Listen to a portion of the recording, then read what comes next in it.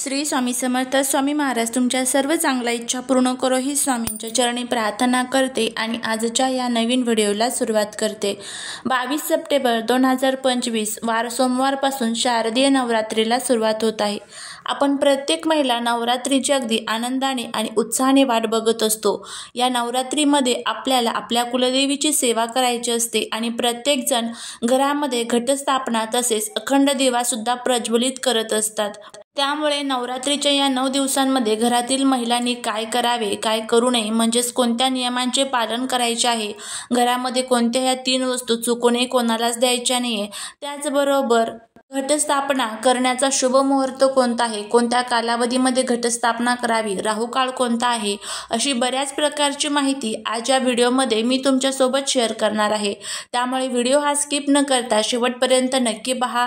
चॅनलवरती नवीन असाल तर सबस्क्राईब करा आणि माहितीपूर्ण व्हिडिओ पाहण्यासाठी बेल आयकॉनलाही प्रेस करा, म्हणजे माझ्या सर्व नवीन व्हिडिओंचं नोटिफिकेशन तुम्हाला मिळेल आणि तुम्ही एक पण व्हिडिओ मिस करणार नाही. त्याचबरोबर कमेंटमध्ये जय दुर्गा देवी लिहायला अजिबात विसरू नका. घटस्थापना ही शारदीय नवरात्रीची सुरुवात असते आणि देवी दुर्गेला घरात आमंत्रित करण्याचे प्रतीक आहे. या विधीमुळे ब्रह्मांडात उपस्थित असलेल्या सकारात्मक शक्तींचा घटामध्ये संचार होतो, ज्यामुळे घरात सुख, शांती आणि समृद्धी ही कायम टिकून राहते.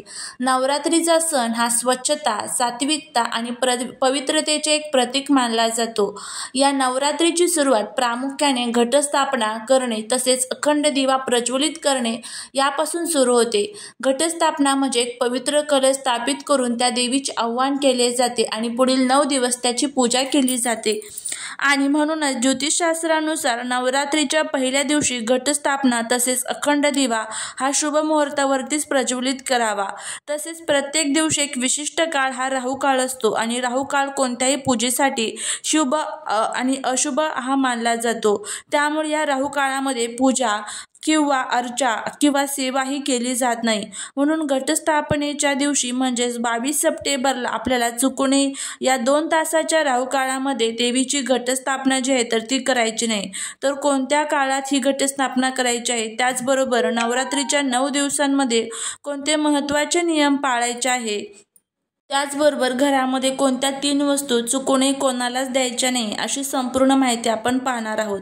पहा, 22 सप्टेंबर वार सोमवार या दिवसापासून शारदीय नवरात्रीला सुरुवात होऊन 2 ऑक्टोबर म्हणजेच विजयादशमीच्या दिवशी नवरात्रीची समाप्ती होईल. नवरात्रीमध्ये आपण आपल्या कुलदेवीची सेवा जर केली तर अखंड दिवा हा प्रज्वलित केला तर आपल्याला कुलदेवीचा भरभरून आशीर्वाद प्राप्त होतो.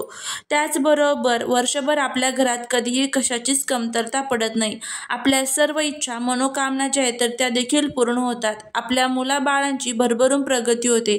घरामध्ये कधीही अन्नधान्याची कमतरताही राहत नाही. आपल्या कुटुंबाला सर्व सुखाची प्राप्ती होते. घरातील 7 पिढ्यांचं दारिद्र्य देखील दूर होतं. या नवरात्रीच्या 9 दिवसांमध्ये साक्षात आपली कुलदेवी ही आपल्या घरामध्ये सूक्ष्म रूपात वास करत असते आणि म्हणून आपण नवरात्रीमध्ये घटस्थापना करत असतो. त्याचबरोबर अखंड दिवा सुद्धा आपण लावत असतो. अनेक सेवा, उपासना ज्या आहेत तर त्या या नवरात्रीमध्ये केल्या जातात. नवरात्रीचे 9 दिवस हे अत्यंत महत्त्वाचे आणि शुभ मानले जातात. नवरात्रीच्या 9 दिवसात काही नियमांचं पालन महत्त्वाचं आहे, कारण नवरात्रीमध्ये जो कोणी देवीची भक्तिभावाने पूजा, आराधना, सेवा, उपासना करतो त्याच्या जीवनात सुख, शांती, समृद्धी येते. म्हणून नवरात्रीमध्ये अशी काही महत्त्वाची कामे आहेत जी चुकूनही आपल्याला करायचे नाहीत. आपल्याला केलेल्या व्रताचं संपूर्ण फळ, पुण्य जे आहे तर ते प्राप्त होईल. तसेच आपलं व्रत देखील जे आहे तर ते सुद्धा पूर्ण होईल. पहा, सर्वपित्री अमावस्या संपल्यानंतर दुसऱ्या दिवशी आपल्या सर्वांच्याच घरी अश्विन शुक्ल प्रतिपदेपासून अनेक जण आपापल्या घरामध्ये परंपरेनुसार घट बसवतात.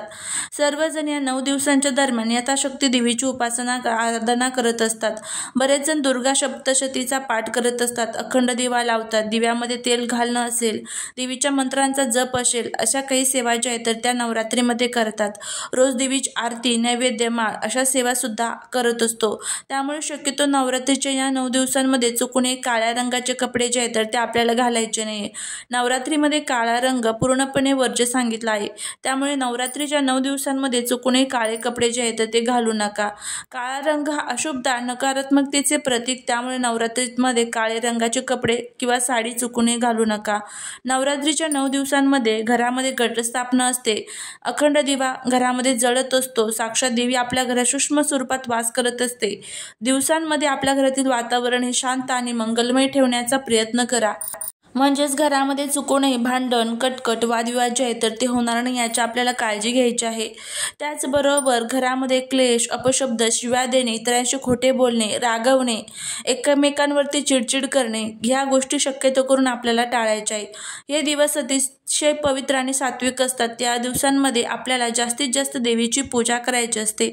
आपल्या घरातील वातावरण जे आहे तर ते बिघडून द्यायचं नाहीये. कारण एकीकडे देवीची सेवा करत असतो, दुसरीकडे आपण असं काही कृत्य केलं तर आपल्याला केलेल्या सेवेचं फळ मिळत नाही. त्यामुळे ह्या चुका आपल्याला आवर्जून टाळायच्या आहे.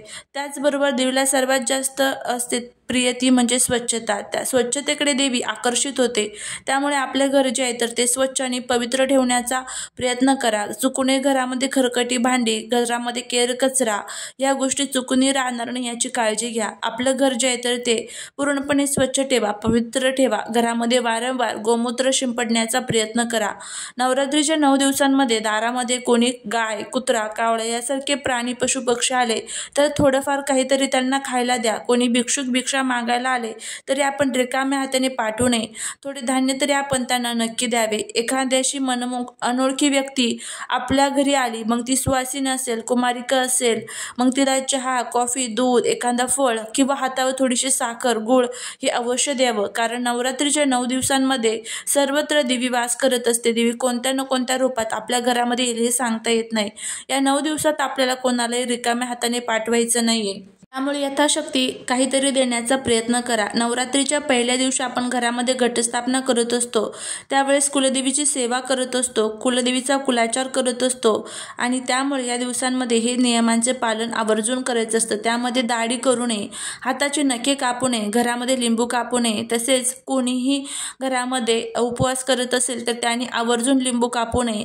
ह्या सर्व गोष्टी आपल्याला करायच्या आहेत. नवरात्रीच्या 9 दिवसांमध्ये उठता बसता उपवास असेल तर चुकूनही लिंबू कापू नका. घरामध्ये गरज असेल तरच तुम्ही लिंबू कापू शकता. त्याचबरोबर घरामध्ये केस कापायचे नाहीये.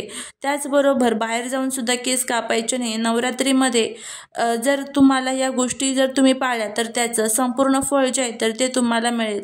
त्याचबरोबर घरामध्ये घट बसवलेला असतो आणि घट बसवल्यानंतर चुकूनही अडचण जर आली तर जे 2 ते 3 दिवस असतात तर ते पाळायचे आहे. घरामध्ये इतर व्यक्ती असतात तर त्यांनी घटाला जे माळ पाणी आहे तर ते करायचं आहे.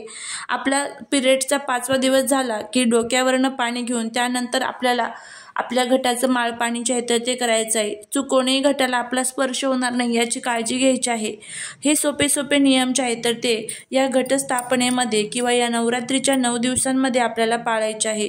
त्याचबरोबर या नवरात्रीच्या 9 दिवसांमध्ये संपूर्ण आपलं शरीर जे आहे तर ते शुद्ध ठेवण्याचा प्रयत्न करा. मनामध्ये सात्विक विचार ठेवा, पवित्रता ठेवा. घरामध्ये चुकूनही मांसाहार, धूम्रपान चुकूनही करू नका. एखाद्या व्यक्तीचा उपवास असेल किंवा नसो, बाकीच्यांनी पण नियमांचं पालन करणं हे तितकंच गरजेचं आहे. या छोट्या छोट्या गोष्टी जर आपण पाळल्या तर त्याचा नक्कीच आपल्याला फायदा होईल. तर अशा पद्धतीने आपण सर्व माहिती बघितलेली आहे की काय करायचं आहे, काय करायचं नाही. त्यानंतर नवरात्रीमध्ये घटस्थापना आपण करतो. तर राहुकाळ जो आहे तर तो या दिवसाचा सोमवार असल्यामुळे या दिवशी राहुकाळ हा सकाळी 7:30 वाजल्यापासून ते 9 वाजेपर्यंत असणार आहे. हा जो 1.5 तासाचा कालावधी आहे, ह्या 1.5 तासाच्या कालावधीमध्ये चुकूनही आपल्याला घटाची स्थापना करायची नाही. घटाची स्थापनेचा जो अभिजित मुहूर्त असणार आहे म्हणजे शुभ मुहूर्त असणार आहे तर तो सकाळी 11:49 ते दुपारी 12:30 आहे. या कालावधीमध्ये तुम्ही घटाची स्थापना करू शकता. राहू काळ जो आहे तर तो अशुभ मानला जातो. या कालावधीमध्ये जर आपण पूजा केली किंवा घटाची स्थापना केली तर त्याचं कोणतंही फळ आपल्याला मिळत नाही. त्यामुळे ह्या नियमांचं आपल्याला पालन करायचं आहे. झालेली सेवा ही महाराजांच्या चरणी रुजू करते. व्हिडिओ जर आवडला तर लाईक, शेअर आणि सबस्क्राईब करा. श्री स्वामी समर्थ.